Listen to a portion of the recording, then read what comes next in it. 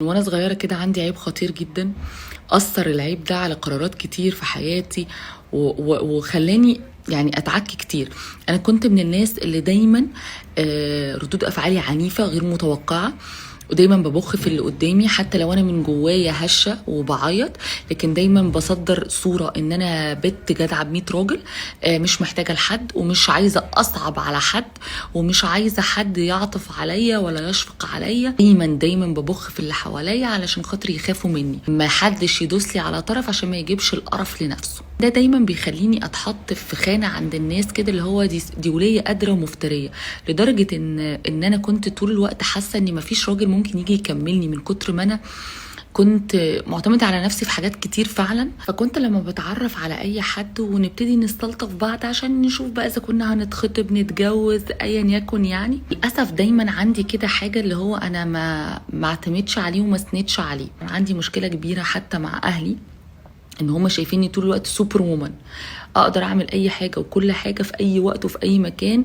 ده كان دايما مشيلني فوق طاقتي ومخليني دايما احاول احسن اختياراتي، يعني لدرجه ما تتخيلوهاش، لان مش عايزه اثبت لاي حد ان انا مش قد المسؤوليه، انا ما يعتمدش عليا. المهم دخل حياتي الراجل ده كان يعني يبان ان هو ضعيف غلبان قوي جنبي. اي حد يشوفنا مع بعض، انتي ازاي ممشياه، انتي ازاي مفترية كده، انتي ازاي جبارة، انتي. وهو يا عيني الشخص ده كان بيخليني اعمل كل اللي هو عايزه بس بدماغه.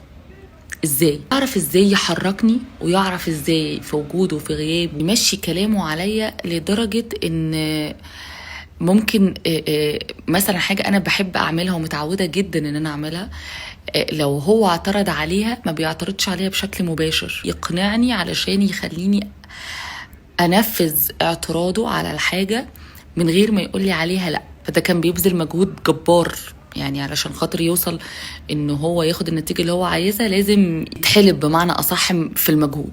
ما كانش حد عارف ولا ملاحظ الحوار ده غيري أنا، يعني عشان ده كان بيتعامل معايا انا. كل حاجة هو عايز ياخدها مني بيعرف ياخدها ازاي، بس بالطريقة. انا كان مثلا عندي فكر ان انا اصاحب اي حد واخد اي تجربة علشان خاطر انا عايشة في الحياة دي بتعلم، يعني بحدود، يعني ان انا اخاف على نفسي طبعا. مثلا كان بالنسبة له ده شيء هو مش متقبله، هو شايف ان انا لازم حريصة اكتر من كده، وان مش اي حد يتقال عليه صديقي او صديقتي، وان انا لازم اختار اصحابي يعني على الفرازة بمعنى أصح، لأن الصديق ده بيبقى عنواني، لازم أختار العنوان اللي الناس تقراه صح. طبعا كنت في الأول بقاوح ولا وأنا حرة، عارف إزاي وصلني إن أنا فعلا أعرف أفلتر كل أصحابي. مثلا عندي إن أنا أعتمد على حد، ده شيء مرفوض تماما.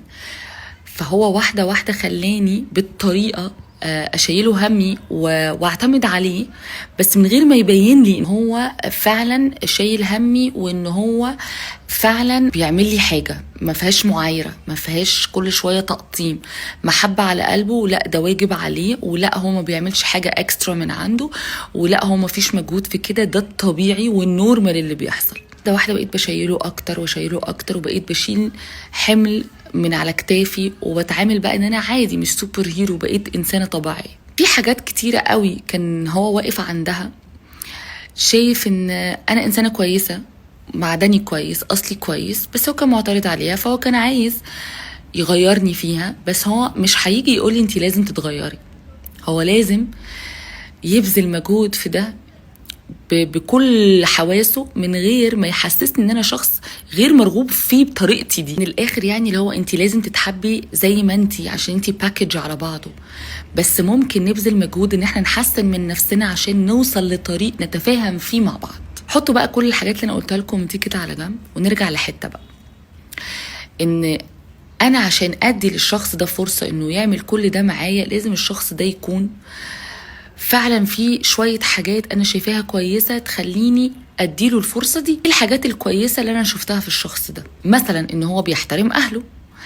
مثلا إن هو عارف قيمة نفسه، مش شايف نفسه عليا، بس عارف كويس قوي مقدار اللي يديه لنفسه اللي هو يعني ما يوصلش للغرور، وفي نفس الوقت ما يبقاش هلهوله، ما يبقاش اراجوز، وعارف قيمتي كويس قوي، فبيحافظ عليا كويس قوي قوي قوي قوي عشان هو خايف قوي قوي قوي يخسرني، حتى على سبيل الصداقة والمعرفة. الشخص ده عارف ازاي يبذل مجهود في حبه ويعبر عن حبه بالطريقة الصحيحة، فبالتالي لقى مني أنا قدرة استحمالي بتزيد معاه، لأن هو ليه رصيد عندي إن أنا مهما حصل منه استحمله وأقف جنبه وأرضى أيا يكن الحال اللي إحنا عليه، يعني على الحلوة والمرة مع بعض. المهم ان هو مع الوقت لما الناس قربوا بقى مننا قوي قوي، عرفوا ان هو الشخص ده لا لا لا لا مش هلهولة وشخصيته ضعيفة، عبقري حكيم، عارف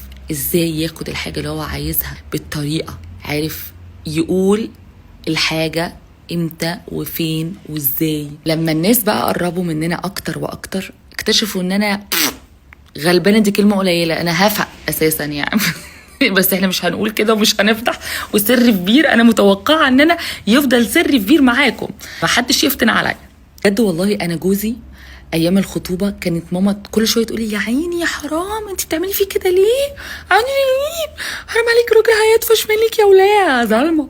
لما ماما قربت يعني كنا لسه في اواخر الخطوبه بنحضر للجواز، قالت لي لا لا لا لا لا ده الله يكون في عونك، ايه ده دماغه ايه ما بتهبطش واكيد هو كمان كان ليه عيوب كتير قوي انا ما كنتش متقبلاها وشايفه ان انا استحاله اعيش معاها، وبالخط العريض عندي مكتوب مرفوض، ولكن قدرت ان انا اغير العيوب دي واحده واحده من غير ما اقول له انت معيوب. طبعا انا مش هذكر عيوبه، ولكن ذكرت عيوبي، ها افتكرها لي يا زوز. طبعا حاولت اغيره، وطبعا ما اقدرش انكر ان انا حاولت استفيد منه ومن مدرسته، وان انا اتبع معاه نفس اسلوبه، بس انا ما استحملتش بعيدة عنكم، حسيت ان انا يعني في ذبحة صدرية داخلة عليا، في جلطة مش انا بطبعي حمائية، ما استحملش التخطيط وما استحملش ان انا اقعد اتفرج وراقب واخطط واقرر، لا لا لا لا. وطبعا مش مستنيني اقول لكم ان هو كل ما كان يعمل حاجة ما تعجبنيش كنت اقلع الدبلة عادي جدا واقول له خلاص احنا ما فيش نصيب منا، احنا مش هنقدر نكمل مع بعض. انا ليه بقى بقول لكم كل الكلام ده؟ عشان في ناس كتير قوي قوي من اللي بيبعتوا لي رسائل عندهم مشكله في الراجل هادي وشايفين ان ده ضعف شخصيه. انا شايفه انه ده قمة قوة الشخصية بصراحة. يعني أنا بالنسبة لي الراجل اللي بيشتم ويهين ويضرب ده اللي فعلا ضعيف الشخصية. وعشان برضو الناس البنات اللي بتحب على روحها من غير ما الراجل يبذل أي مجهود عشان يخليهم ينبهروا، مش بيعرف قيمتك بعد كده، لان هو بيحسك خفيفه عبيطه لو ما تعبش في الحاجه علشان ياخدها. والتعب هنا مش المقصود بيه ابدا التعب المادي، لان لو على تعب المادي كان زمان معظم الناس ما اتجوزتش، عشان تبقوا فاهمين يعني، وما حبوش بعض اصلا. في حب كده بيبقى بدون كونديشنز كده، ملوش شروط، هو حبك عشان انتي المفروض حبيتيه عشانه هو بدون اي شروط. لو اللي معاه في اي وقت خلص مش هيهمك عشان انتي عايزاه هو، حبيتيه هو. فلو سمحتي سيبي الراجل يبذل مجهود في انه يبهرك ويعرف قيمتك بجد، يعمل علشانك. بلاش تبقي بنت خفيفة، وبلاش تحسي انه من اقل حاجة كده قد ايه هو بيحبك وقد ايه هيموت عليك. ده مش حقيقي، ده كله وهم. اللي بيحبك هيحبك زي ما انتي، وهيبذل مجهود عشان يعرف يوصل معاكي لطريق وسط تتقابلوا فيه تتفاهموا فيه، مش اللي هو يفضل يغيرك يغيرك يغيرك يغيرك وهو يفضل زي ما هو وهو اللي كامل وانت المعيوبة. لا، حتى لو انت عيوبك اكتر او هو عيوبه اكتر هتتقبلوا بعض زي ما انتوا، وتحاولوا توصلوا للغة حوار تتفاهموا بيها. وبقول برضو الكلام ده عشان الشباب اللي شايف ان اصل البنت دي مسترجلة، اصل البنت دي متدلعة، اصل البنت دي مش عارفة ايه. فلا لا لا، اصلا ما تنفعش للجواز. بينفعوا، صدقني بينفعوا، بيفتحوا بيوت وبيحافظوا على بيوتهم، بيتغيروا مع الوقت. كل حاجة بالحنية بتعرف تاخدها من الست. خليك انت بس نين وعطوف، هتعرف ازاي تاخد منها كل اللي انت عايزه. الست ما بتعرفش تسيب الراجل اللي بيحتويها مهما كان من عيوب ومهما كان من مشاكل ومهما كان من مر. مادام بيحتويها وفي اخر الليل بياخدها في حضنه ويطبطب عليها ويقدر تعبها معاه، صدقني مفيش ست ممكن تسيب راجل بيعمل كده.